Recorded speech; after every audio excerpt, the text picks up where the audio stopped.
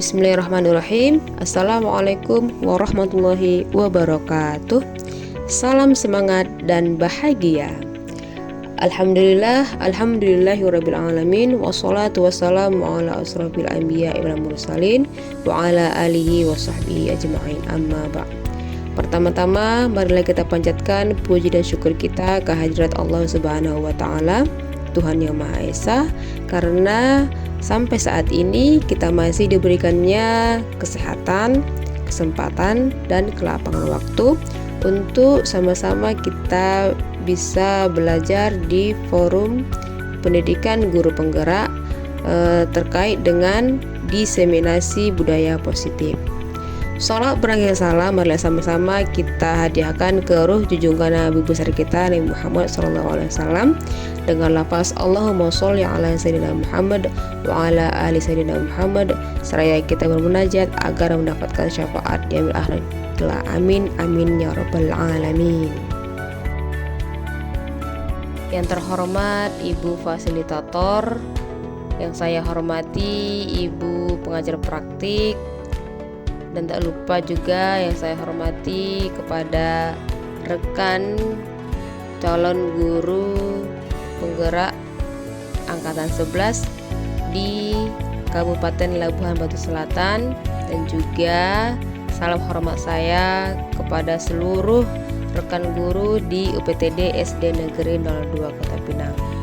Sebelumnya saya ucapkan terima kasih kepada setiap pihak-pihak yang pada sampai saat ini sudah berpartisipasi, berkontribusi dalam kegiatan saya di guru penggerak. Baiklah, sebelum saya melanjutkan kepada kegiatan pendidikan guru penggerak terkait pengimbasan diseminasi budaya positif, izinkanlah saya untuk membacakan doa pada kali ini. Bismillahirrahmanirrahim. Alhamdulillahirabbil alamin. Wassalatu wassalamu ala asrofil anbiya wal mursalin wa ala alihi wa sahbihi ajma'in. Ya Allah, ya Rahman, ya Rahim, dengan segala kebesaran dan keagungan-Mu, kami tak henti-hentinya mengucapkan puji serta syukur atas nikmat dan rahmat-Mu yang senantiasa diberikan kepada kami, sehingga pada hari ini kami dapat melakukan kegiatan pendidikan guru penggerak terkait pengimbasan diseminasi budaya positif di UPTD SD Negeri 02 Kota Pinang. Tiada harapan dan dambaan kami melainkan mengharapkan barokah dan ridha-Mu ya Allah dalam kegiatan ini, sehingga memberi manfaat dan pengabdian kepada bangsa, negara, dan masyarakat. Ya Allah, ya Rahman, ya Rabbana, ya Karim, limpahkanlah kekuatan, kesehatan, serta keselamatan kepada kami, agar tidak ada hambatan suatu apapun sampai selesainya kegiatan pada hari ini. Ya Allah, ya Rabbana, jadikanlah momen kegiatan pada hari ini sebagai momen untuk mempererat tali silaturahim dan sebagai wadah untuk meningkatkan kemampuan dalam pemahaman konsep-konsep inti budaya positif di sekolah kami.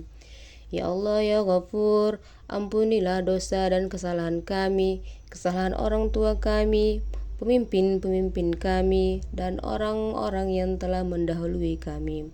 Terimalah doa kami ya Allah.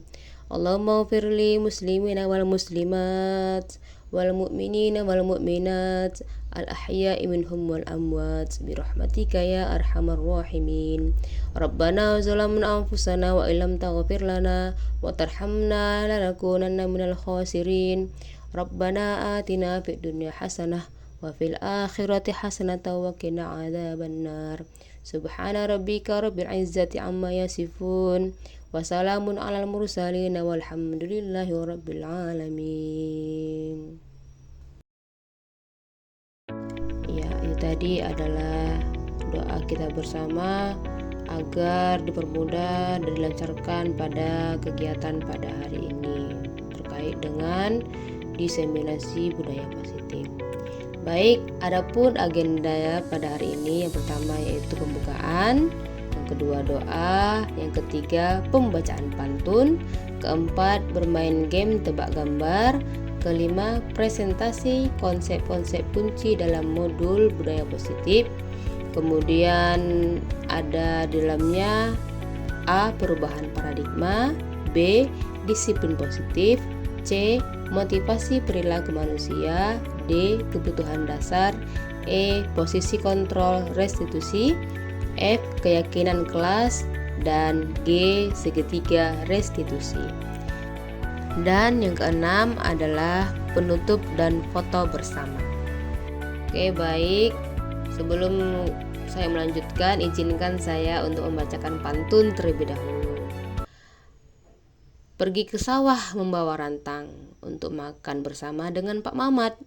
Saya ucapkan selamat datang untuk Bapak Ibu guru hebat yang terhormat. Selanjutnya, jalan-jalan ke Mangga 2, tidak lupa membeli pasta. Selamat datang rekan-rekan semua, mari kita mulai presentasi dengan bahagia. Oke, baik, untuk menambah semangat dan bahagia kita pada hari ini, kita lanjutkan kepada slide selanjutnya, yaitu tentang ini dia, tentang tebak gambar. Kita ice breaking dulu. Pada slide ini terdapat gambar yang akan kita tebak bersama. Coba sama-sama kita perhatikan gambar tersebut. Ada kakek-kakek tua memegang tongkat, kemudian ada huruf NG dan ada air. Jika gambar tersebut kita tuangkan ke dalam bentuk sebuah kata, kata apakah yang akan terbentuk dari gambar tersebut? Ya, coba kira-kira Bapak Ibu, apakah itu? Ya, saya hitung sampai 3 sebelum kita jawab sama-sama. Apakah dia 1, 2, 3? Sudah ada jawabannya masing-masing? Ya, coba kita tes. Apakah betul jawabannya? Ya, jawabannya adalah tuang air. Beri tepuk tangan untuk kita semuanya, Bapak Ibu. Selanjutnya, nah ini dia, ada gambar daun hijau, kemudian ada huruf B dan ada dan ada gambar ayam. Kalau kita lihat gambar itu dituangkan kepada bentuk kata apa yang bisa terbentuk dari gambar tersebut?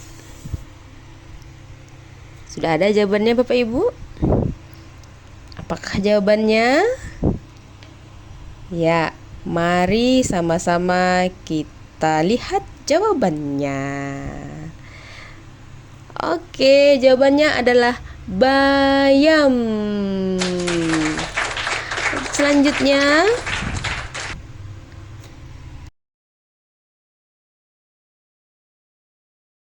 Selanjutnya, ayo Bapak Ibu, coba kita tebak gambar yang selanjutnya. Gambar apakah ini?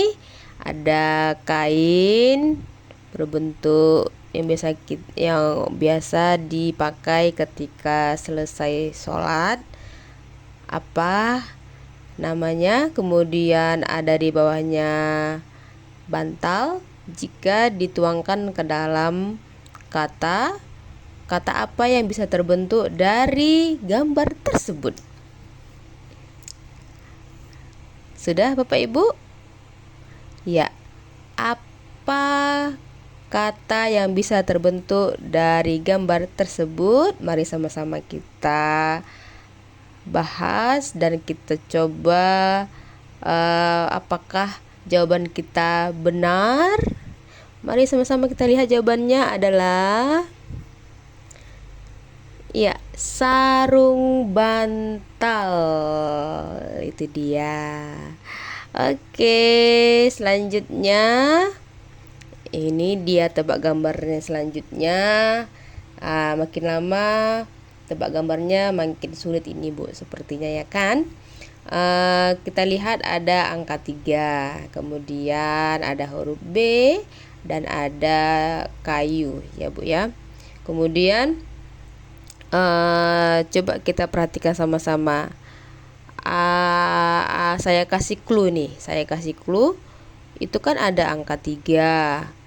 Kemudian kalau angka 3, tiganya itu kan ada huruf T, I, G, A. Jadi kan yang disilang itu huruf T.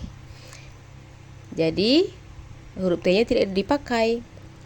Jadi tinggal iya, kemudian ada huruf B, kita sambungkan, kemudian ada kayu. Kayu itu biasanya digunakan untuk apa? Sudah ada jawabannya?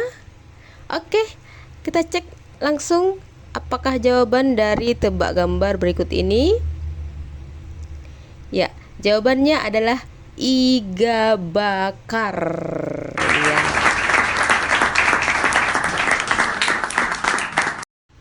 Oke, kita lanjut kepada tebak gambar ini yang paling sulit ini menurut saya ini. Ya, ada gambar tang, kemudian ada tangan, dan ada gambar tanda seru. Ya, apa kira-kira Bapak dan Ibu gambar yang bisa kita tuangkan ke dalam bentuk kata? Ya, coba diperhatikan gambarnya, ada 3 gambar. Yang pertama ada tang, ada gambar tangan, dan ada gambar tanda seru. Kalau dihubungkan, kata apa yang bisa terbentuk? Sudah ada jawabannya masing-masing Bapak Ibu? Ya, kita cek ya, apakah jawabannya sesuai dengan jawaban yang sudah Ibu miliki? Ya, jawabannya adalah tantangan seru. Oke, Bapak Ibu, terima kasih atas semangatnya untuk bisa menebak gambar yang ada pada game tadi ya. Terima kasih Bapak Ibu semuanya. Baiklah Bapak Ibu, selanjutnya kita masuk kepada presentasi budaya positif. Yang sama-sama kita ketahui bahwasanya budaya itu adalah suatu nilai-nilai, keyakinan ataupun kebiasaan-kebiasaan pada lingkungan tertentu. Sementara positif itu adalah nilainya kepada arah yang baik. Jadi kalau digabungkan, diseminasi budaya positif itu adalah penyebaran informasi terkait nilai-nilai ataupun keyakinan dan kebiasaan-kebiasaan yang baik yang terjadi pada lingkungan tertentu. Kita kerucutkan saja kepada lingkungan di sekolah. Ya, itu tadi adalah tentang diseminasi budaya positif pengertiannya. Jadi, kalau kita kaitkan lagi kepada contoh-contoh yang sudah ada di sekolah kita, apa saja contoh budaya positif? Ya, ada beberapa contoh budaya positif yang sudah kita lakukan dan kita laksanakan di sekolah kita. Yaitu contoh yang pertama adalah ketika kita waktu melaksanakan piket, guru-gurunya itu berdiri di depan gerbang untuk menyambut kedatangan murid-murid dengan cara kita menyalam dan juga menyapa. Ada kegiatan salam dan menyapa itu terus-menerus kita laksanakan, itu adalah merupakan juga budaya positif pada di sekolah. Oke, selanjutnya ada lagi juga budaya positif yang kita lakukan di kelas. Apakah kalau saya tanya itu kegiatannya adalah piket kelas, itu termasuk enggak budaya positif di kelas? Iya, termasuk. karena di dalamnya terdapat kegiatan nilainya itu gotong royong. Itu merupakan salah satu contoh budaya positif. Ya, itu budaya positif itu adalah suatu kebiasaan yang memang dilaksanakan di lingkungan sekolah kita.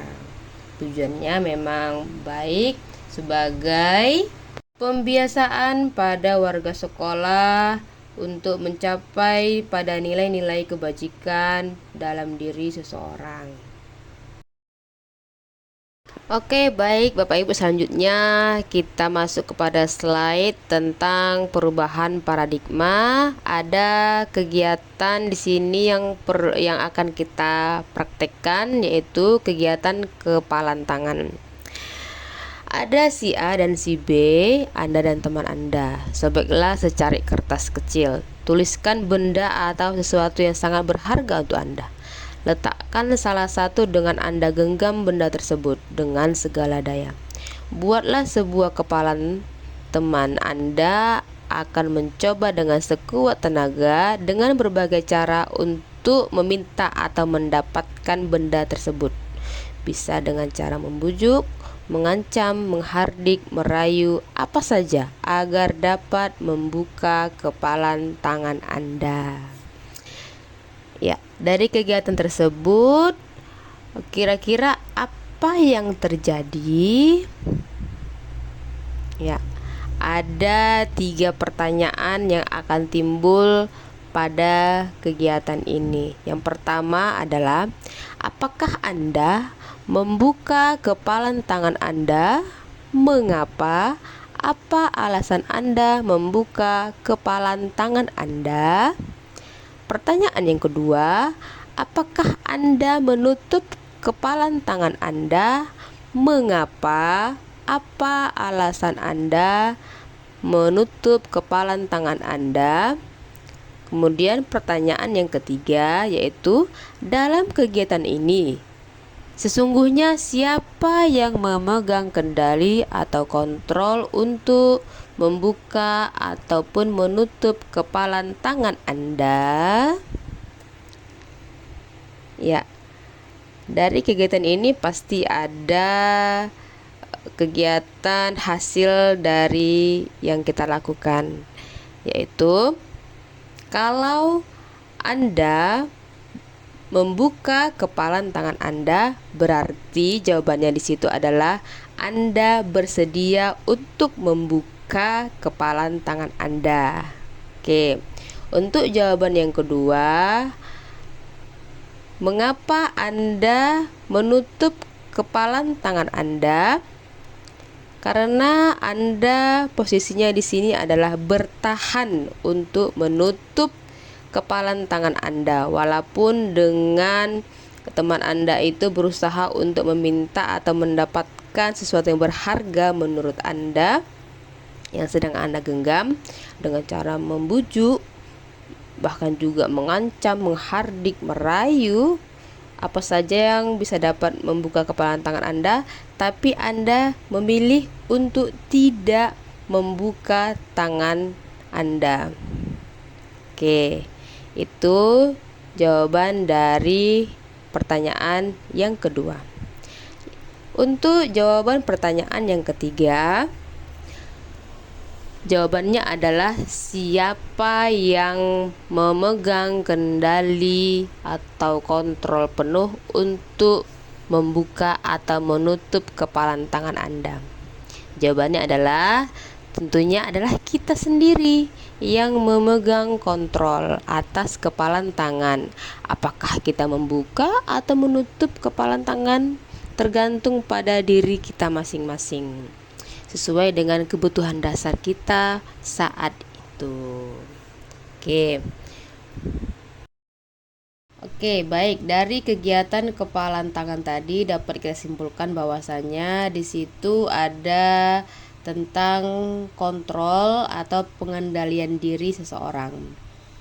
Maka dari itu kita lanjut kepada slide selanjutnya tentang perubahan paradigma teori kontrol atau teori pilihan ilusi kontrol menurut Dr. William Glasser. Menurut beliau, ada beberapa ilusi yang terjadi pada ilusi kontrol. Yang pertama yaitu ilusi guru mengontrol murid. Yang kedua, ilusi bahwa kritik dan membuat orang bersalah dapat menguatkan karakter. Yang ketiga, ilusi bahwa semua penguatan positif efektif dan bermanfaat. Yang keempat, ilusi bahwa orang dewasa memiliki hak untuk memaksa. Ya. Dari ilusi-ilusi ini, pada ilusi kontrol dapat kita ketahui bersama bahwasanya terdapat sebelumnya kita artikan dulu ilusi itu apa. Ilusi itu sebenarnya seperti sebuah kesalahan persepsi kita dalam memahami makna ataupun memahami objek, gambaran ataupun konsep sesuatu. Itu dia. Untuk pada ilusi kontrol menurut Dr. William, ilusi guru mengontrol murid. Pada dasarnya guru tidak bisa memaksa murid untuk melakukan suatu hal jikalau memang murid memilih untuk tidak melakukannya. Walaupun tampak seperti guru mengontrol murid, tapi sebenarnya yang terjadi adalah murid mengizinkan dirinya untuk dikontrol. Nah, dari teori ini mengatakan bahwa semua perilaku maupun itu perilaku tidak disukai dan disukai memiliki tujuan. Itu dia pada ilusi guru mengontrol murid. Kemudian yang kedua, ilusi bahwa kritik dan membuat orang merasa bersalah dapat menguatkan karakter. Guru mengontrol murid dengan mengucapkan sesuatu yang menjadi murid identitas yang gagal, karena berdampak pada psikis si anak. Mereka belajar untuk merasa buruk tentang dirinya sendiri. Jadi dari ilusi ini seolah-olah guru itu mengontrol murid dengan ucapan sesuatu yang membuat murid itu menjadi identitas yang gagal, karena dengan ucapan-ucapan yang disampaikan oleh atau yang dikatakan oleh guru kepada murid bisa saja menimbulkan penguatan karakter, bukannya kuat tapi menjadi lemah gitu.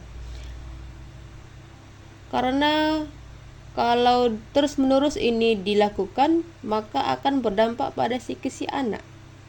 Anak itu menjadi seorang yang merasa buruk tentang dirinya sendiri. Efek jangka panjangnya juga anak itu memiliki karakter lemah, yaitu tidak berani atau malu untuk mengungkapkan sesuatu. Itu dia pada efek jangka panjangnya. Selanjutnya, untuk ilusi bahwa penguatan positif efektif dan bermanfaat berupa bujukan atau rayuan, adanya usaha dari guru untuk mempengaruhi murid dalam mengontrol.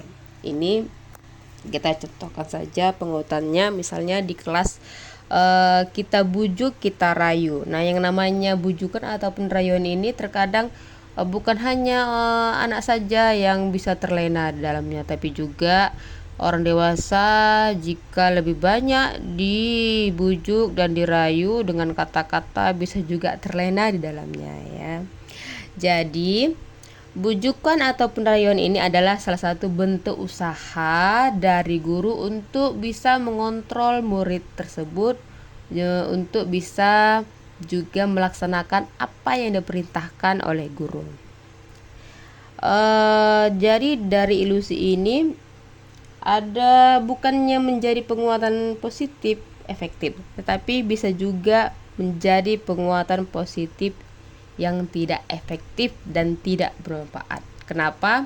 Karena dari ilusi ini ada 3 kemungkinan yang terjadi pada murid. Yang pertama, murid itu bisa saja menerima dan menyadari.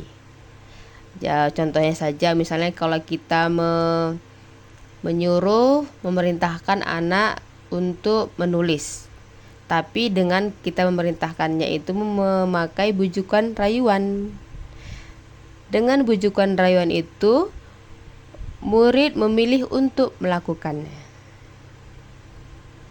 Kemudian ada juga kemungkinan yang kedua, murid bisa saja menolak untuk melakukan apa yang kita perintahkan, walaupun itu dengan bujukan ataupun rayuan, karena memang mereka memilih untuk tidak melakukannya. Tuh. Kemudian yang ketiga, bisa jadi dengan bujukan ataupun rayuan itu tadi membuat murid menjadi ketergantungan. Kalau misalnya nih, kalau tidak dirayu, dibujuk oleh ibu guru atau bapak ibu guru, saya nggak maulah ngerjainnya karena saya maunya dibujuk dulu baru mau melaksanakan tugas. Nah, itu dia. Ada efek jangka panjangnya itu bagi murid adalah efek ketergantungan di situ. Jadi kalau belum dirayu dia nggak bakal ngerjain, nggak bisa berbuat apa-apa. Itu dia. Kemudian ilusi bahwa orang dewasa memiliki hak untuk memaksa. Di sini guru mengontrol murid dengan cara memaksa. Ya, kita garis bawahi dengan kata-kata memaksa. Dalam jangka panjang, pilihan ini tidak akan efektif karena berefek pada hubungan yang tidak harmonis antara guru dan siswa. Ya. Kalau dibahas lebih jauh lagi, kalau di kata-kata memaksa ini memang banyak orang akan enggan melaksanakannya karena bisa jadi dengan memaksa itu ada perkataan-perkataan yang memang bisa menyakiti hati si anak sehingga anak itu merasa dendam kepada bapak atau ibu guru yang berusaha untuk mengontrol dirinya untuk bisa melaksanakan apa yang diperintahkan oleh guru. Ya, itulah efeknya pada hubungan yang tidak harmonis antara guru dan siswa. Oke, lanjut kita pada slide berikutnya, yaitu teori kontrol atau teori pilihan menurut Dr. William Glasser. Ada 4. Yang pertama itu adalah Anda tidak bisa mengontrol orang lain, hanya Anda yang bisa mengontrol diri Anda sendiri. Turunannya yaitu makna disiplin. Belajar kontrol diri dengan menggali potensi kita agar tercapai tujuan mulia, yaitu sesuatu menjadi seseorang yang kita inginkan berdasarkan nilai-nilai yang kita hargai. Kemudian teori yang kedua yaitu semua perilaku memiliki tujuan. Turunannya yaitu teori motivasi. Untuk motivasi ini ada yang melatar belakangi. Yang pertama yaitu motivasi ekstrinsik dan yang kedua motivasi intrinsik. Apa dia motivasi ekstrinsik? Jika seseorang memang ingin melakukan sikap yang berdasarkan nilai-nilai kebajikan, itu ada 2 motivasi eksternalnya. Yang pertama adalah memang satu untuk menghindari hukuman. Yang kedua untuk mendapatkan imbalan. Itu dia motivasi ekstrinsiknya. Kemudian apa dia motivasi intrinsiknya? Mereka melaksanakan sesuatu berdasarkan nilai-nilai kebajikan. Itu memang karena untuk menghargai diri sendiri. Kemudian masuk kepada nilai kebajikan universal dan keyakinan kelas. Kemudian yang ketiga yaitu model berpikir menang-menang, kolaborasi dan berkonsensus menciptakan pilihan-pilihan baru. Ada turunannya yaitu 5 posisi kontrol. Yang pertama, ini adalah posisi kontrol yang paling rendah menurut saya, yaitu guru menempatkan dirinya sebagai penghukum. Kedua, pembuat rasa bersalah. Ketiga, sebagai teman. Keempat, sebagai pemantau. Dan yang kelima, sebagai manajer. Dan juga turunannya ada tentang segitiga restitusi. Segitiga restitusi ini ditawarkan kepada kita untuk bisa menyelesaikan suatu masalah, melakukan tahapan-tahapan tertentu yang terdapat di dalamnya, yaitu yang pertama adalah menstabilkan identitas, kemudian validasi kebutuhan, dan yang ketiga meyakinkan keyakinan kelas. Lanjut kepada teori yang keempat, yaitu realitas kebutuhan kita berbeda. Kita berusaha memahami pandangan orang lain tentang dunia. Setiap orang memiliki gambaran berbeda. Ini turunannya adalah 5 kebutuhan dasar manusia, yaitu bertahan hidup, penguasaan, kasih sayang dan rasa diterima, kesenangan dan kebebasan. Oke, baik, lanjut kita pada slide selanjutnya, yaitu apa makna disiplin. Disiplin berasal dari bahasa Latin disciplina yang artinya belajar. Disiplin diri membuat orang menggali potensinya menuju sebuah tujuan, apa yang dihargai. Namun dalam budaya kita, makna disiplin telah berubah menjadi satu yang dilakukan seseorang pada orang lain untuk mendapatkan kepatuhan. Kecenderungan umum adalah menghubungkan kata disiplin dengan ketidaknyamanan, bukan dengan apa yang kita hargai atau mencapai suatu tujuan mulia. Nilai-nilai kebajikan universal. Nilai-nilai kebajikan universal adalah sifat-sifat positif manusia yang merupakan tujuan mulia yang ingin dicapai setiap individu atau kelompok. Nilai-nilai tersebut bersifat universal dan lintas budaya, suku, bangsa, agama, dan latar belakang. Setiap perilaku atau perbuatan memiliki tujuan. Itu adalah menurut dari Dr. William Glasser. Nah, untuk nilai-nilai kebajikan universal terkait pada profil pelajar Pancasila ada 6 dimensi. Yang pertama yaitu beriman, bertakwa kepada Tuhan Yang Maha Esa, berakhlak mulia, kemudian kreatif, bernalar kritis, berkebinekaan global, bergotong royong, dan mandiri. Mulai lagi. Potong.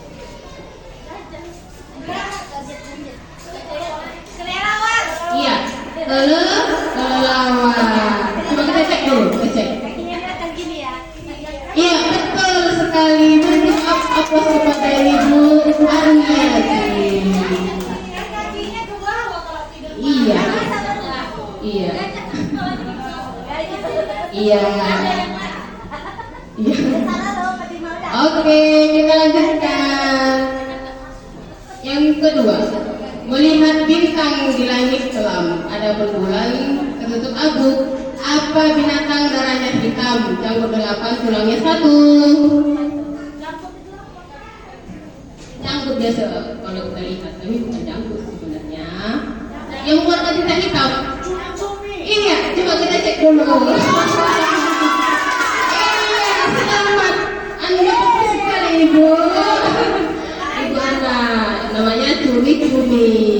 Kita lanjut lagi yang ketiga. Tuan Putri belajar menari.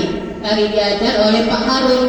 Kalau Tuan bijak lestari, apa yang naik tak pernah turun?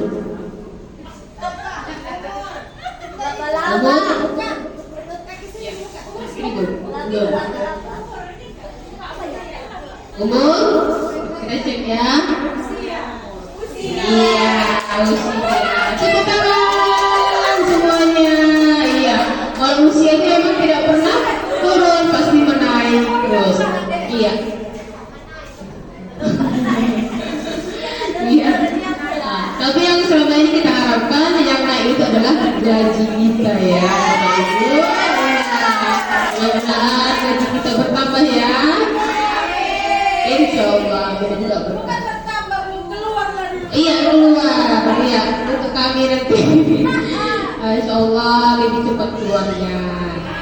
Dan yang bagi yang belum seperti Ibu tadi dan yang lainnya, Insya Allah di tahun depan ada pembukaan bisa sama-sama ikut menyusul. Ya amin amin ya robbal alamin. Banyak bersolawat. Saya juga seperti itu.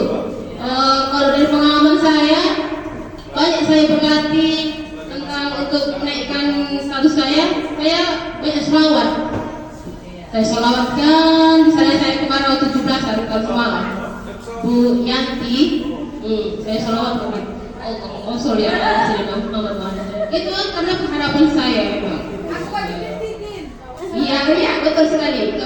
memang, karena saya sudah mengalami juga.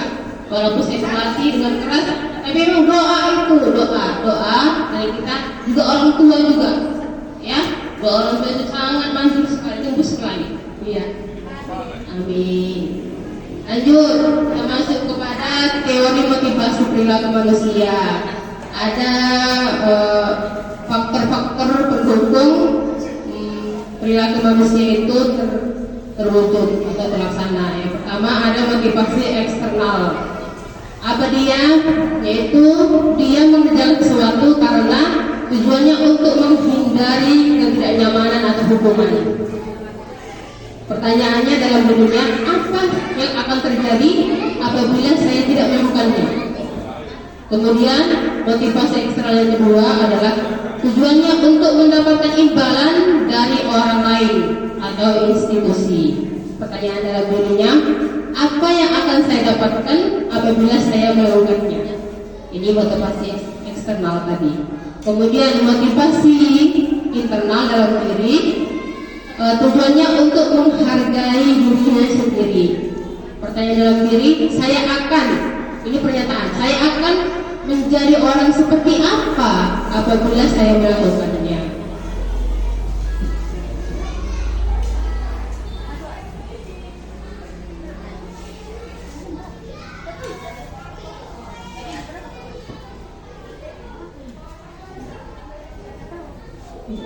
Oke, lanjut. Untuk teori dari pemikiran Ki Hajar Dewantara tentang merdeka menurut Ki Hajar Dewantara.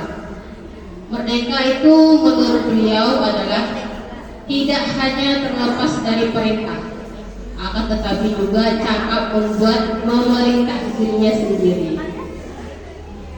Selanjutnya, bentuk dari motivasi yang kedua, mereka melakukan kegiatan karena memang ingin dihargai, mendapatkan apresiasi. Terkadang mendapatkan penghargaan apresiasi ini awalnya memang positif, tapi lama-kelamaan akan bersifat yang negatif, tidak baik. Yaitu dihukum oleh penghargaan, bahwa penghargaan berlaku sama dengan hukuman. Dalam arti meminta atau membujuk seseorang melakukan sesuatu untuk memenuhi suatu tujuan tertentu dari orang yang meminta atau membujuk.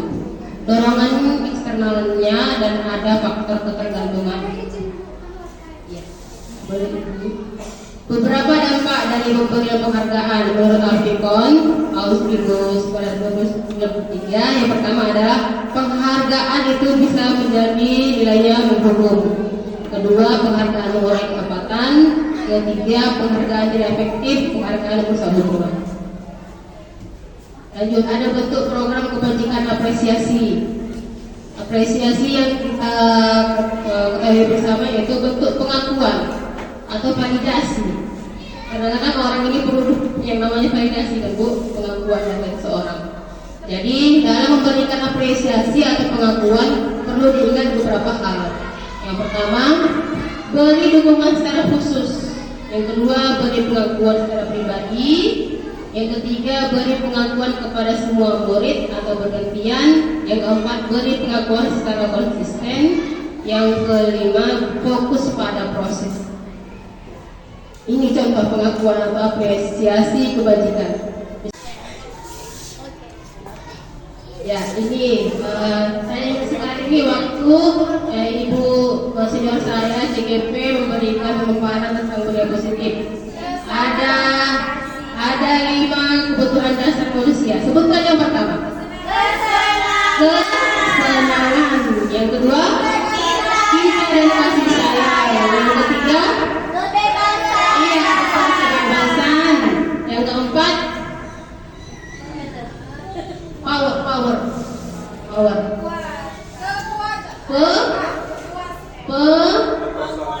Penguasaan. Ya, penguasaan.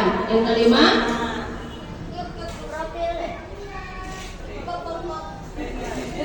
poin terakhir. Oke, kita cek sama. Yang pertama apa tadi?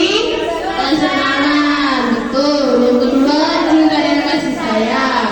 Yang ketiga, kebebasan. Yang keempat, Yang kelima, bertahan hidup. Ya. Yang kelima ini memang sangat penting sekali, bertahan hidup. Walaupun yang kelima ya. Ini dia. Ada pengertian selanjutnya. Kesenangan itu apa? Kebutuhan untuk merasa senang. Kalau kita misalnya ibu-ibu ini suka scroll TikTok, ada Shopee di situ, belanja, itu merupakan kesenangan bagi diri kita. Ya, untuk kita ya. Lanjut, cinta dan kasih sayang itu kebutuhan untuk diterima, memberi dan menerima kasih sayang atau berkoneksi. Nggak mungkin cuma satu pihak yang menyayangi, kita juga mau disayangi dong, ya kan? Nah, ini dia kebutuhan cinta dan kasih sayang. Iya. Selanjutnya, kebebasan. Ini suatu kebutuhan akan pilihan. Ini dalam diri kita, kemandirian ataupun otonomi. Kemudian ya, nanti selanjutnya penguasaan, kebutuhan pengakuan atas kemampuan, membutuhkan yang namanya validasi prestasi diakui, tidak kemampuannya. Selanjutnya bertahan hidup, kebutuhan fisiologis, yaitu tentang rasa lapar dan lain sebagainya, serta psikologis rasa aman. Itu adalah kebutuhan bertahan hidup. Kita buat contoh studi kasusnya langsung supaya lebih nampak gambarannya. Nah ini kasusnya si Pawas ada di kelas 2B gitu. Saya perhatikan itu anaknya memang aktif sekali itu memang. Jadi suatu ketika waktu dia istirahat, itu kan biasa kan istirahat tuh. Tapi waktu istirahat si Pawas ini melakukan suatu tindakan yang tidak menyenangkan bagi muridnya, bagi teman-temannya. Apa dia itu? Pawas suka mengambil secara paksa bekal siang temannya. Iya. Kalau kita posisikan diri kita dalam kelas, apa yang akan kita lakukan? Langsung marah kan Bu, biasanya kan kita kan. Tapi dari teori ini segitiga restitusi juga kebutuhan dasar manusia, kita diberikan pilihan atau choice untuk menangani suatu masalah. Yang pertama itu kita harus cari tahu dulu sebenarnya apa motivasi dia melakukan hal tersebut. Iya, makanya itu ada 5 kebutuhan dasarnya. Yang pertama kesenangan. Setelah saya berdialog kepada Pawas, rupanya ada kebutuhan kesenangannya yang belum terpenuhi. Dia bisa melakukan itu karena apa? Pawas merasa senang dengan respon atau ekspresi temannya ketika ia bertindak melakukan itu. Ekspresi ada yang lucu katanya, ada yang imut Bu, ada muridnya main-main Bu, cemberut. Itu dia merasa senang. Makanya dia melakukan hal yang tersebut. Kemudian ada dia cinta dan kasih sayang. Pawas merasa diperhatikan oleh temannya, kayak bahasanya caper gitu. Saya perhatian sama teman-temannya gitu ya kan, supaya diperhatikan oleh temannya atas tindakannya. Kemudian ada lagi kebebasan. Pawas berbuat seperti itu karena merasa bosan dengan isi makanan bekalnya. Jadi dia ingin mencoba variasi makanan baru. Ya misalnya si Pawas itu setiap hari memang bekalnya itu aja. Indomie telur. Nah, jadi tiba-tiba dia melihat kawan bekalnya itu enak sedap, ayam goreng, Ipin. Dia pingin untuk merasa makanan dari kawannya tadi, tapi caranya salah dengan memaksa, ya. Oke, selanjutnya penguasaan. Apa dia itu? Pawas merasa hebat ketika ia berhasil mendapatkan makanan atas perintahnya. Iya, bisa dipahami dia kan Bu? Selanjutnya bertahan hidup. Kenapa Pawas bisa bertindak demikian? Karena Pawas merasa masih lapar. Yang pertama, guru sebagai penghukum. ada perbuatan yang dilakukan yaitu menghadik, menunjuk, menyakiti ataupun menyindir. Kemudian perkataannya seperti ini. Kalau kamu tidak melakukannya, awas ya, rasakan. Ada nada pengancaman di situ. Kemudian hasilnya apa?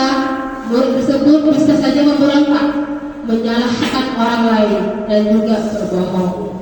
Kemudian untuk yang membuat merasa bersalah, guru berbuat seperti berceramah dan mengatakan seharusnya ibu kecewa kamu seperti itu. Nah, itu adalah ucapan membuat merasa bersalah pada diri si anak. Kemudian guru berkata, kamu seharusnya bisa mendengarkan ibu.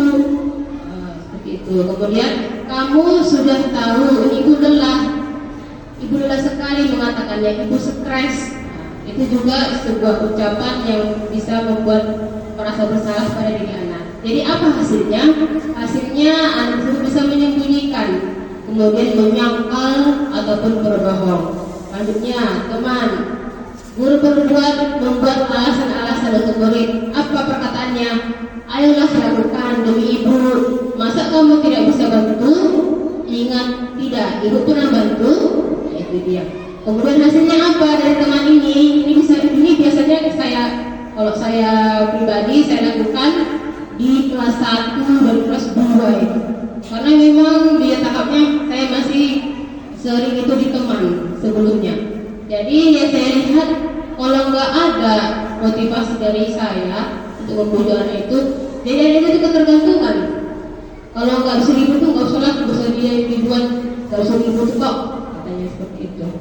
Lanjut memantau, guru betul seperti apa, menghitung dan mengukur dan berkata apa peraturannya. Ada kan peraturan kita kan? Ya. Kemudian hasilnya apa? Menyesuaikan diri dengan diawasi. Perlu garis bawahi itu bisa menyesuaikan diri dengan tersebut, tapi dengan kita mengawasi. Kalau tidak diawasi bisa lepas kontrol. Kemudian manajer, ini sudah saya praktekkan baru-baru ini ya Bu, Pak. Ada berguru berbuat untuk mengajukan pertanyaan yang bermakna. Contohnya guru berkata, apa yang kita yakini, apa yang bisa kamu kerjakan untuk memperbaiki masalah ini. Hasilnya apa? Bisa menguatkan pribadi. Ya, ini dia selanjutnya. Sudah bisa kita baca sama-sama ya Ibu. Ada kaitannya juga dengan dunia yang berkualitas. Kemudian ada perkataan murid dan juga apa dampak pada murid tersebut. Nah ini kita buat game lagi. Keyakinan kelas dan peraturan kelas adalah hal yang sama atau tidak? Betul atau salah? Coba kita cek. Iya betul, salah. Jawabannya adalah salah. Keyakinan kelas dan peraturan kelas itu berbeda. Kemudian keyakinan kelas berlandaskan nilai-nilai kebajikan atau prinsip universal. Betul atau salah? Betul. Kita cek.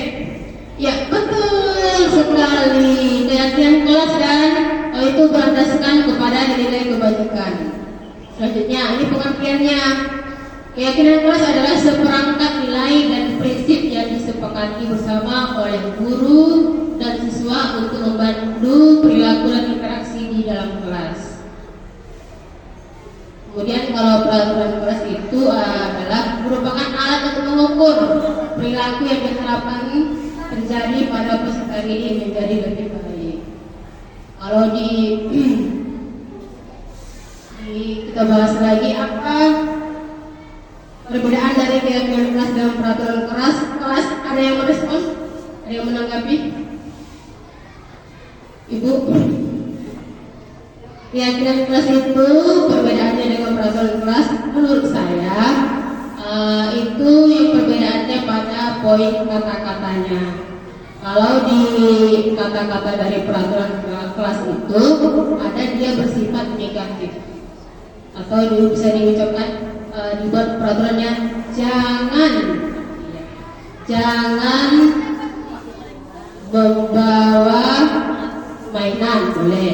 Kemudian dilarang membawa HP, itu dia. Tapi ada juga memang dia peraturan itu kenyataannya positif, tapi lebih banyak dia negatif. Kemudian perbedaannya lagi. Cuman dia nggak bisa lama-lama. Ini udah.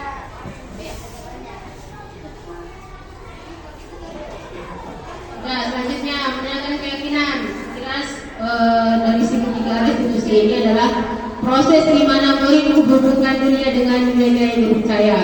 Dengan responnya, nilai apa yang kita percaya, apa keyakinan kelas kita.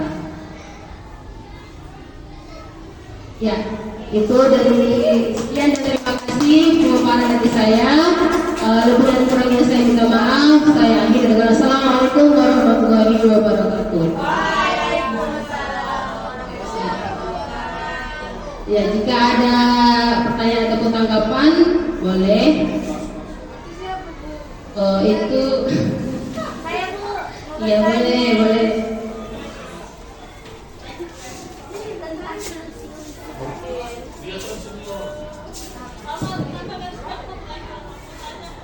Kata-kata dari Pak Mereka.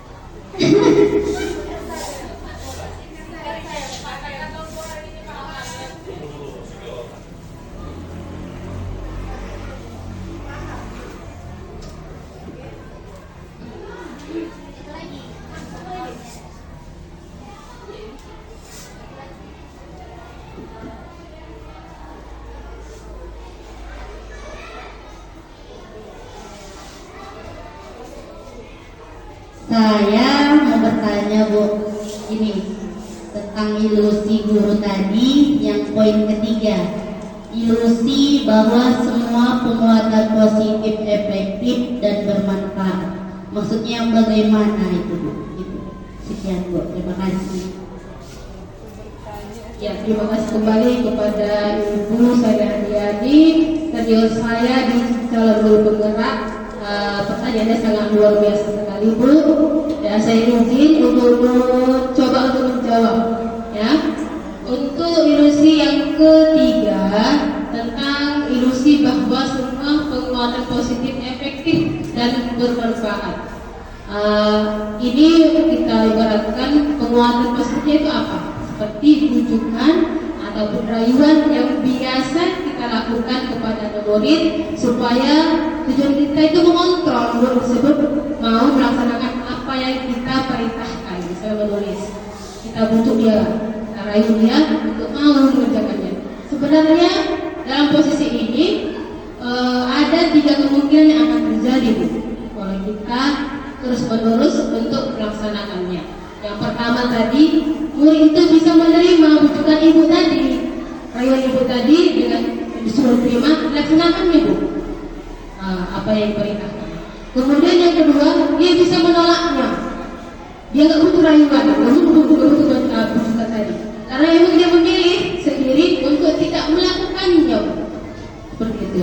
Kemudian yang ketiga, bisa jadi karena faktor penguatan positif efektif ini dan bermanfaat menurut kita, ini ilusi kita bahwa kita melaksanakan ini kita merasa perbuatan itu benar, padahal salah Bu sebenarnya. Bisa berubah nilainya menjadi tidak efektif. Yang ketiga yaitu murid itu bisa ketergantungan kepada kita Bu. Kalau nggak dipuji ibu itu, kalau nggak mau dirayu ibu itu, aku malas lah kerjainnya. Nah, itu adalah bentuk ilusi. Kesalahan persepsi kita selama ini dalam membujuk atau mengontrol murid untuk melaksanakan perintah kita. Ya, sekian Ibu, sudah bisa diterima? Iya. Kemudian ada yang memberi tanggapan, ada yang bisa lain memberi tanggapan dari jawaban saya, yang bisa menambahi. Ibu Fasil, Bu Pepe, ada yang bisa ditambahkan dari apa yang saya ucapkan tadi tentang pertanyaan dari Ibu Sari? Sudah? Iya. Sekian. Waktunya sudah. Cuman tambah 5 menit lagi. Ada pertanyaan. Ada lagi tanggapan aja lah Bu, tanggapan. Asal saya udah apa di depan Pak Ramah ini itu. Apalagi ada PP, Bu Basil. Kalau pertanyaan itu seperti saya diwawancarai di waktu apa? Waktu apa? Kita waktu seleksi tadi, seleksi TGP. Ayo, tanggapan pun boleh Bu. Penguatan dari apa saya? Penguatan pun boleh Bu, penguatan boleh. Terima kasih Ibu Hasanah dari pemaparan yang telah Ibu Hasanah tampilkan. Sudah sangat jelas, sudah sangat baik. Semuanya kami di sini sudah paham apa yang Ibu Hasanah tampilkan. Nah, untuk kedepannya Ibu Hasanah dan rekan-rekan saya harap makin banyak kegiatan yang seperti ini. Pergi ke toko membeli parfum. Cakep. Hadiah sepotong coklat. Cakep. Saya ucapkan assalamualaikum. Semoga presentasi ini bermanfaat. Amin. Ya Bu, boleh sedianya untuk berfoto